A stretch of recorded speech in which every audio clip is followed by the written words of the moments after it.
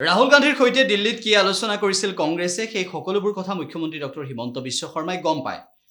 সেই যি কেইগৰাকী আলোচনাত বহিছিল তাৰ ভিতৰত কোনে মুখ্যমন্ত্ৰী ডক্টৰ হিমন্ত বিশ্ব শৰ্মাক সেই সন্দৰ্ভত অৱগত কৰালে সেই কথা মুখ্যমন্ত্ৰীগৰাকীয়ে কোৱা নাই। কিন্তু মুখ্যমন্ত্ৰীগৰাকীয়ে এইটো কৈছে যে আলোচনাত কি হ'ল সেই কথা গম পায় আৰু আন কেইবাটাও মুখ্যমন্ত্ৰী ডক্টৰ হিমন্ত বিশ্ব শৰ্মাই বিস্ফোৰণ ঘটাইছে যে কংগ্ৰেছৰ ভিতৰ চৰাৰ কথা কেনেদৰে বিজেপিয়ে গম পায়, কেনেদৰে মুখ্যমন্ত্ৰী ডক্টৰ হিমন্ত বিশ্ব শৰ্মাই প্ৰতিটো কথা গম পায় সেই কথা আজি সংবাদ মাধ্যমৰ আগত মুখ্যমন্ত্ৰীগৰাকীয়ে ক'লে।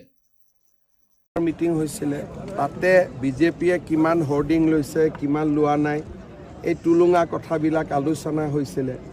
যোৱাকালি 2 ঘণ্টা ধৰি জুম মিটিঙত তেওঁলোকে আকৌ কোনে লিক কৰিলে তাৰ কথা আলোচনা কৰিলে আৰু লিক কৰা মানুহবিলাকক লৈ জুম মিটিং পাতিলে। গতিকে জুমতো কি হৈছিল সেইখিনিও আমি গম পাওঁ। গতিকে কালি অলপ দুই এজনে টুইট কৰিছে। গতিকে কংগ্ৰেছ দলৰ ভিতৰৰ মানুহে বিচাৰে যে কংগ্ৰেছ আহিব নালাগে শাসনত, কাৰণ অসমত ইমান কাম হৈ আছে। আপোনালোকে চাওক কিমান দিন সাংবাদিকতা কৰিলে, 15 বছৰ কংগ্ৰেছৰ গভৰ্ণমেণ্ট আছিল। কেতিয়াবা কোনোবাই উমৰাংচুৰ নামটো লৈছিল। আজি আমাৰ বিকাশে উন্নতি আজি আহি উমৰাংচু থিয় হৈছে।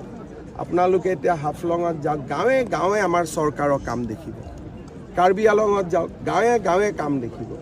আগতে অসমত এইবিলাক জেগাত আন্দোলন হৈছিল, খালি পুলিচ আৰু মিলিটাৰী আহিছিল। আজিতো এটা ভাবিব নোৱাৰা পৰিৱৰ্তন। সেইকাৰণে কংগ্ৰেছৰ পৰিয়ালবিলাকেও এবাৰ বিজেপিক ভোট দিব আৰু সকলো সাজু হৈ আছে যে আমি বিজেপিক ভোট দিম। সেইকাৰণে কংগ্ৰেছৰ ভিতৰৰ খবৰবিলাকো আমাক দিয়ে আৰু কংগ্ৰেছে য'ত য'ত বেয়া কাম কৰে তেওঁলোকে আমাক দেখুৱাই দিয়ে।